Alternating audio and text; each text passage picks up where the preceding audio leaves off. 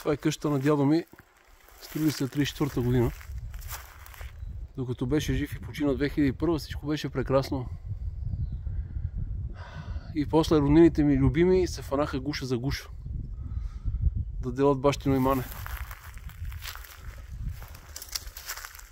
Чичо Милско, Бог да го прости, той отнесъл всичко. Той беше тук всяка събота и неделя. Поддръжка, чистене, всичко беше той. Той си отиде 2013, ако не се лъжа. И тук си таковато.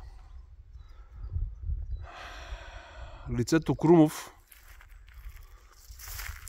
изтърча да почва да затваря, вика: това е мое, тук всеки може влиза, тук никой не може излиза.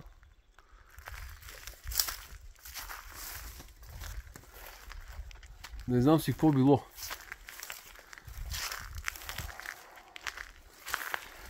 Тук сега ще ви покажа, то е затворено. Никаква поддръжка няма, никой не е идвал сигурно миналата година, ако някой извал. Това аз и Чичо Милско, Бог да го прости, по 81-2 някъде. Това беше тук склад за подпалки и такива работи.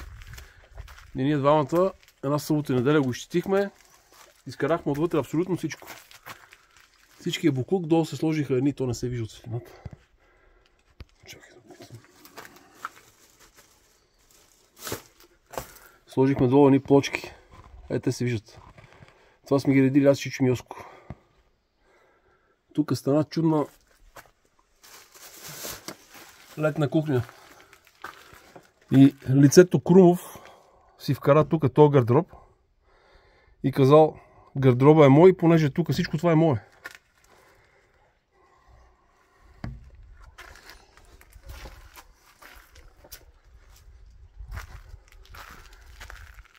Аз се занимавах с глупости с него, докато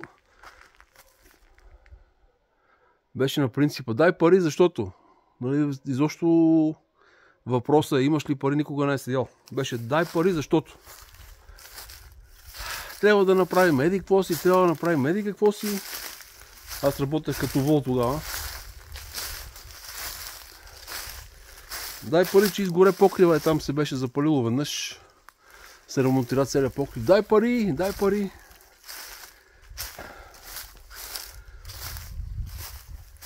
Това беше превъртел. И накрая топов до топ беше, когато тук е гаража. Значи Чичо Милско кола трябва да е вътре. Не знам дали се види. Вижда се малко, не. Чакай. Дали ще успея да се приближа, защото тук е диващина. Не, сега ще се приближа, но ще стана целия встрани. Последната му гениална идея, която беше, е на този гараж.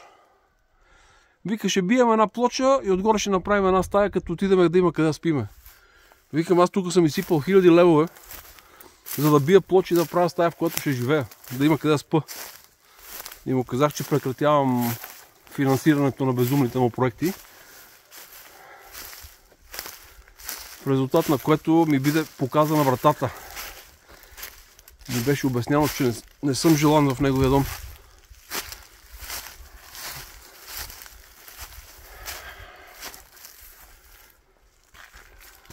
Но, има си карма, Господ гледа.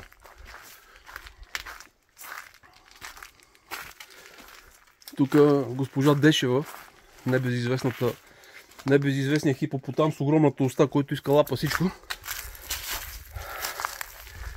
изтърчала да прехвърля тока на нейно име, да се пробва да си прехвърли къща, но нещо не се е получило.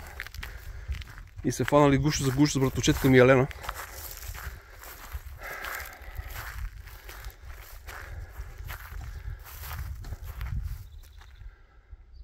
Делат бащино имане. Срам и позор. Къща за чудо приказ. Тук има 1, 2, 3, 4, 5 стаи, в които може да се спи. Там са 2, 4, 6, 8, 10 човека. Тук 12 могат да спят без никакви проблеми, без да си пречат. Те са се докарали да си борят стотинките и кой колко ток иска бил. Ходил си там, не си платил стока, имаш да ми даваш 2 лева, 1 лев. Който дойде, записа показанията на електромера, като дойде и като си тръгне. Правите сметка за какви роднини имам, просто не е истина, не е истина. Ако ги питаш какво са направили,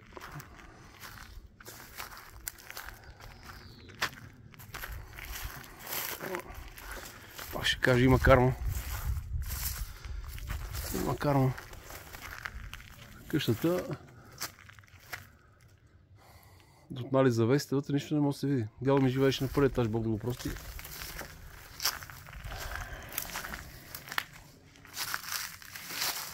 Тук имаше маса, където се събираше цялата фамилия.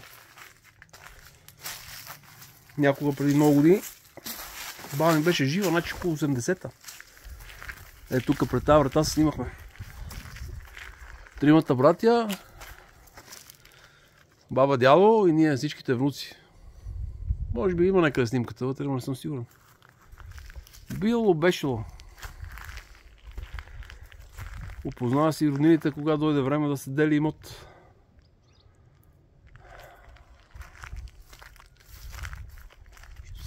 Уникати са тия хора, уникати са.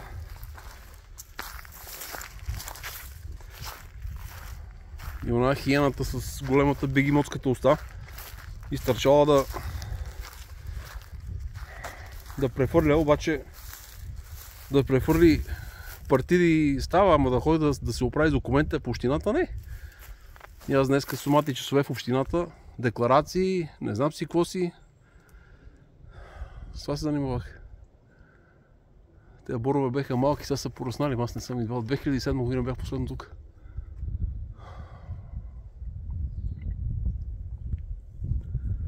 Ще кажете какво правиш там. Избогувам се с детството си.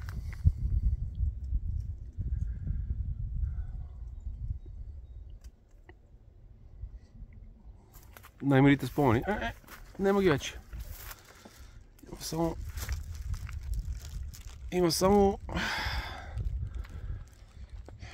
оня хипопотам с големата уста, където иска всичко да лапне. Нищо не съм пипал, защото взема така, че съм щупил, открадал. Всичко е заключено, аз ключ нямам, прескачам оградата. Вземем си изметкам като първия човек, надърти го и станаме за смех.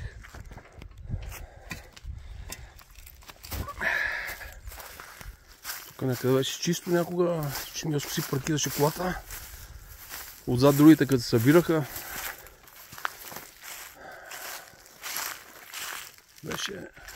Беше. Тук вътре е гаража, но той е заключен като нали. После направиха казаница. Тук да се събират, върнат ракия. И как се сеща, и затова се фанаха за гущата. Това къде е, онова къде е. Кой има право да влиза, кой няма право да влиза. Защото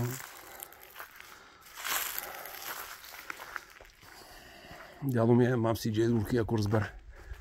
Какво стана след него? Че е прекрасно, чист въздух, тихо, ето чувате. Идваш тук, почивката ти е перфектна. Отзад е планината, отпред е полето, зне поле.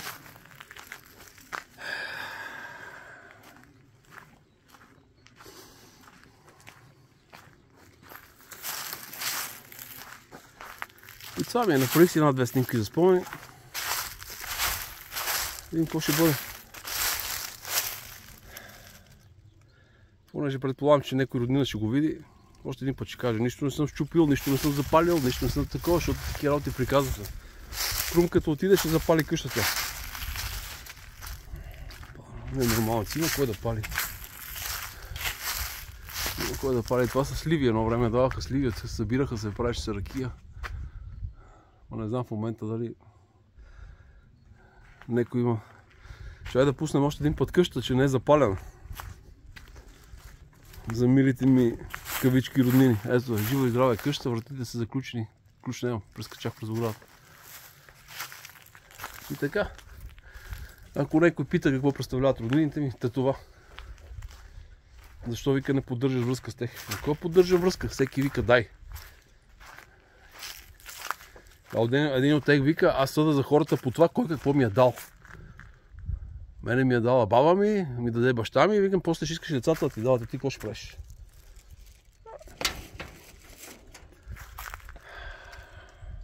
Това е Трънско. Спомените. Бабай, с Богом!